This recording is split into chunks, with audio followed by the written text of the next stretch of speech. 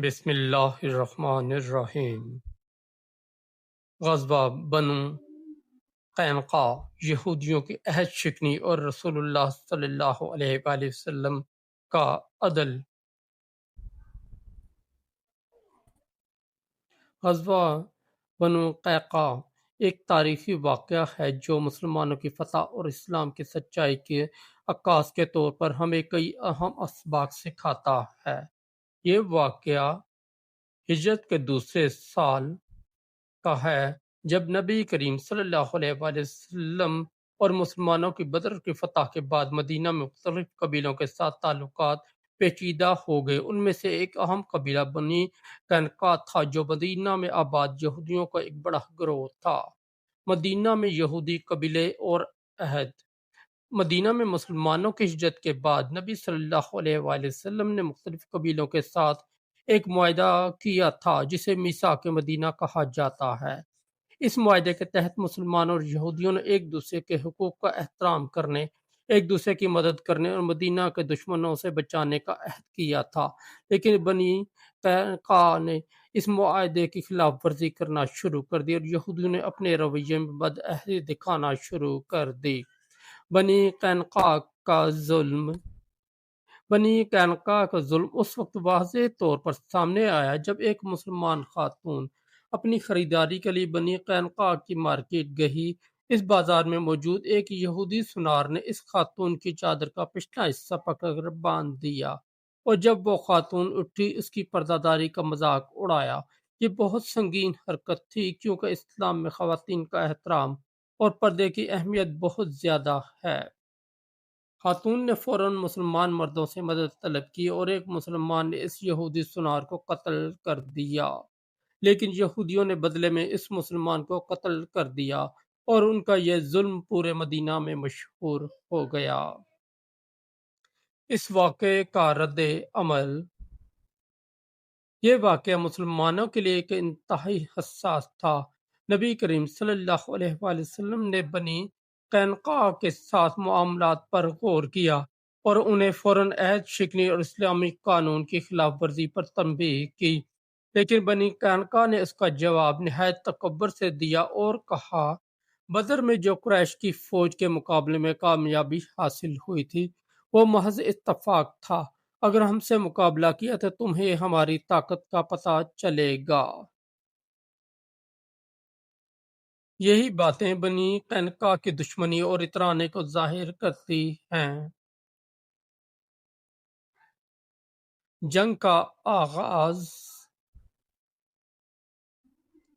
اس کے بعد نبی صلی اللہ علیہ وآلہ وسلم نے اعلان کیا کہ ان کے خلاف جنگ کی تیاری کی جائے۔ یہودیوں کی جرأت بڑھ چکی تھی اور ان کا عہد توڑنا مسلمانوں کے لیے ناقابل برداشت تھا۔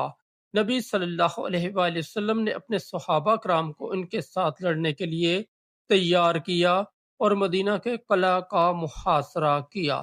قلعہ کا محاصرہ اور یہودیوں کی شکست۔ بنی قینقاع کے قلعے کا محاصرہ 15 دن تک جاری رہا۔ اس دوران اللہ کی مدد اور صحابہ کرام کے عزم نے یہودیوں کو خوف میں مبتلا کر دیا۔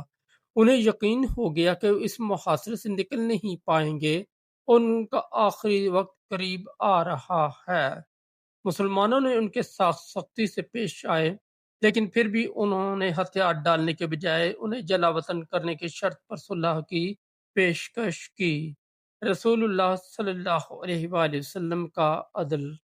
نبی کریم صلی اللہ علیہ وآلہ وسلم نے اپنی حکمت و دانش سے فیصلہ کیا کہ بنی قینقاع کو قتل نہیں کیا جائے گا بلکہ انہیں مدینہ سے جلا وطن کر دیا جائے گا۔ اس فیصلے کے پیچھے نبی کا عدل اور رحمت تھا۔ آپ نے اس موقع پر فرمایا، ہماری اصل جنگ تمہارے ساتھ نہیں تھی بلکہ تمہارے ظلم و زیادتی کے خلاف تھی۔ ہم تمہیں اس زمین سے نکال کر جلا وطن کرتے ہیں تاکہ تم دوسروں کو نقصان نہ پہنچا سکو۔ اس واقعے کے اسباق۔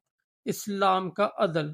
غزوہ بنی قینقاع میں نبی کریم صلی اللہ علیہ وآلہ وسلم نے عدل و انصاف کا بہترین نمونہ پیش کیا۔ انہوں نے بنی قینقاع کے ساتھ اس وقت تک جنگ کی جب تک وہ اپنے ظلم سے باز نہیں آ گئے، مگر پھر انہیں جلا وطن کر کے بھی ان کے ساتھ ظلم نہیں کیا۔ عہد شکنی کا انجام: بنی قینقاع کا واقعہ یہ سکھاتا ہے کہ جب کسی قوم یا قبیلے نے اللہ کے رسول کے ساتھ کیے گئے معاہدے کو توڑا تو ان کا انجام بڑا عبرتناک ہوا۔ عہد شکنی کا انجام ہمیشہ تباہی ہوتا ہے۔ خواتین کی عزت: اس واقعے سے ہمیں یہ سبق ملتا ہے کہ خواتین کا احترام اور ان کی عزت دین اسلام کے بنیادی اصولوں میں شامل ہے۔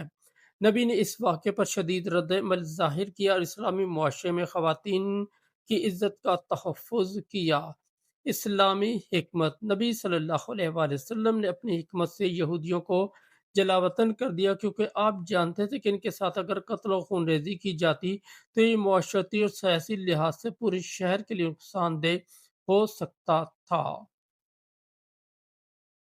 نتیجہ: غزوہ بنی قینقاع ایک اہم واقعہ ہے جو ہمیں مسلمانوں کے عدل، ہمت اور اسلامی اصولوں کی بہترین مثال فراہم کرتا ہے۔ اس میں ہمیں یہ سیکھنے کو ملتا ہے کہ اسلام ظلم کے خلاف ہے اور اللہ کے پیغمبر صلی اللہ علیہ وآلہ وسلم کا طریقہ عدل و انصاف پر مبنی ہے۔